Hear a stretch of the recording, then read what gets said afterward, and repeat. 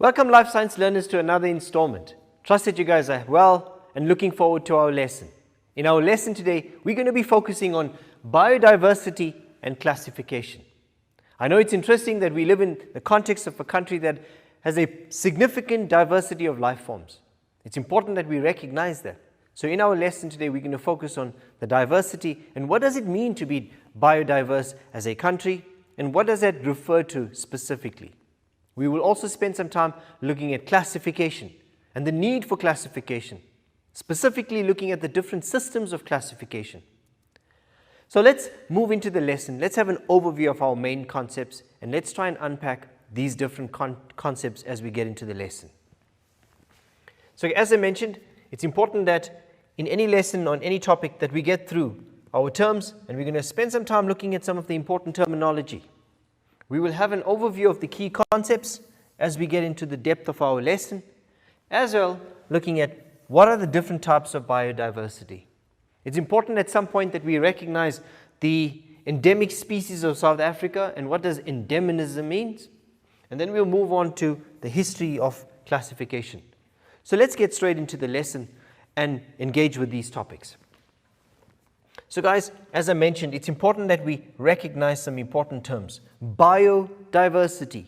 So again, remember that bio refers to living and diversity refers to the variety of individuals or species. So biodiversity refers to the complexity of different living organisms in a specific area.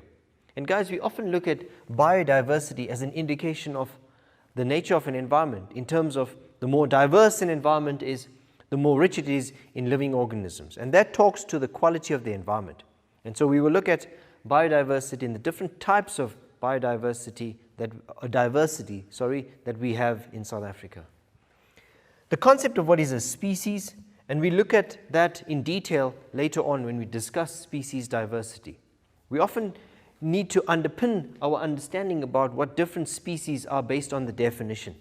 At this point, I'd like to pause and give us an opportunity to reflect on what is a species. We often refer to the human species as an example of a species that we can identify with. What does that mean? Well, if you think about the humans as us, we all share a common ancestor. So species all share a common ancestor. And that's important for us to be able to recognize. What does that mean? It means that we all have originated from one common ancestor. It also means that species have similar characteristics. So individuals in a population or in a species show similar characteristics. And that's important for us to be able to recognize that when we look at individuals that are belonging to a species, they have somewhat similar characteristics. I mean, if you look around, generally, most of us have similar traits in terms of our physical appearance, the structure of our body. And likewise for any other species of individuals or organisms, they have similar characteristics. We also know that individuals that belong to the species are able to interbreed or reproduce. And so they're able to reproduce with each other.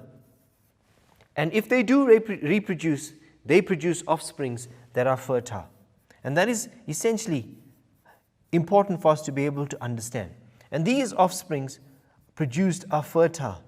And that is key to understanding what is the basic fundamental concepts that constitute the species. So as I said, they share a common ancestor. They are basically they have similar characteristics. They're able to reproduce and produce fertile offsprings. And that's the concept that we refer to as species. We will look at what species diversity is. We're going to look at what genetic diversity is. And genetic diversity again refers to the genetic information in a population and how that is influenced or how that influences the diversity of an area where individuals are present in that. We also look at ecosystem diversity as a concept when we're looking at biodiversity in the context of South Africa. Right. The concept of endemic refers again to species of plants or organisms that are found predominantly in a specific area and nowhere else in the world. So the concept of endemic refers to species of organisms that are found exclusively in an area naturally and nowhere else in the world. And we're fortunate in that in South Africa, we have many of these species that are endemic to South Africa that would not be seen in any other part of the world naturally occurring. The other concept is indigenous, and we've often referred to the indigenous species in an area, and these are naturally found in an area, and these could have been brought in over thousands of years ago from other agents of pollination or movement, but they are naturally found in an area, and they could be found in other areas as well. And more recently, we've looked at the concept of alien species. Alien, again, referring to species of organisms that have been brought in from another area and affect the local indigenous species. And then exotic species are often species of plants or animals that are brought in and are kept for their aesthetic purposes. So they are exotic, they're not naturally found, but they don't really harm the indigenous species, and so they're not invasive. And hence, we will look at those species as we discuss biodiversity. It's important in our lesson today that we recognize that there are systems of classification that are used to classify organisms into specific groups, and we will unpack that. The concept of what prokaryotes are, eukaryotes when we refer to the structure of organisms as cellular organization, as well as the concept of what taxonomy, and finally we will look at a dichotomous key in terms of how we find out and classify organisms based on characteristics. Cool. So this is an overview of the main concepts. Again, as I mentioned, we're going to look at biodiversity. We're going to unpack the concept of genetic diversity, species diversity, as well as ecosystem diversity. We're going to spend some time looking at the classification system and what is taxonomy. We're going to use a few systems like the binomial naming system, as well as the 5 kingdom system to unpack individuals into different groups. We will also spend some time looking at the concept of indigenous, endemic, and alien species. Well, let's look at the concepts of biodiversity in the context of species, genetic, and ecological biodiversity. Guys, when we talk about species diversity, we refer to the number of species in a given area. And so the greater the number of species, the greater the species diversity. The concept of genetic diversity, again, refers to the range of genetic differences within a species. So when we talk about a large population, there's obviously a large amount of variation. However, when we talk about the genetic variation within the species, we refer to that as the genetic diversity. And then finally, the concept of ecological biodiversity refers to the number of different ecosystems in an environment. So we do know that environments contain different types of ecosystems, and hence we refer to that as the ecological biodiversity of an area. Guys, it's important that when we talk about species diversity, we describe the variety of different species that exist on Earth. And often species determine the variation that develops in an area and in turn influence the ecosystem diversity. Right. I mentioned earlier on that the genetic diversity again refers to the variation of genetic traits within one species.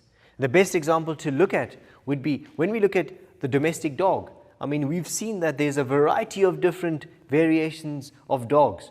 However, they all belong to the same species, and the simple test for that is that they generally can reproduce with each other and produce offsprings. And that's a classical example of how we see a large variety of traits or characteristics within a species.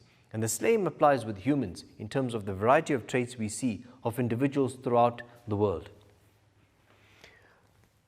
It's important that when we talk of ecological diversity, we recognize that ecosystems play an important role based on their geographical area, and that again influences the variety we see in ecosystems.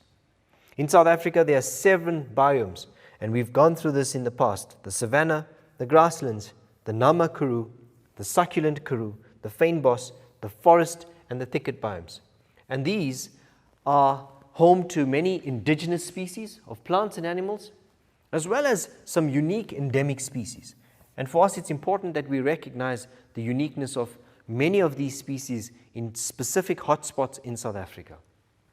We also know that we are prone to alien and exotic species that often affect the local indigenous populations of organisms, plants and animals that live. Right. So guys, the next concept that we're going to look at is the concept of endemism in South Africa. Again, that stems from the word endemic. and we will draw reference to the variety of species that live in a specific area and a habitat. So guys, you've done well for the first segment of this lesson. Let's have a little break. Let's get back and we will look at how endemic species are present in South Africa and how that influences the biodiversity. So have a short break and see you in a bit.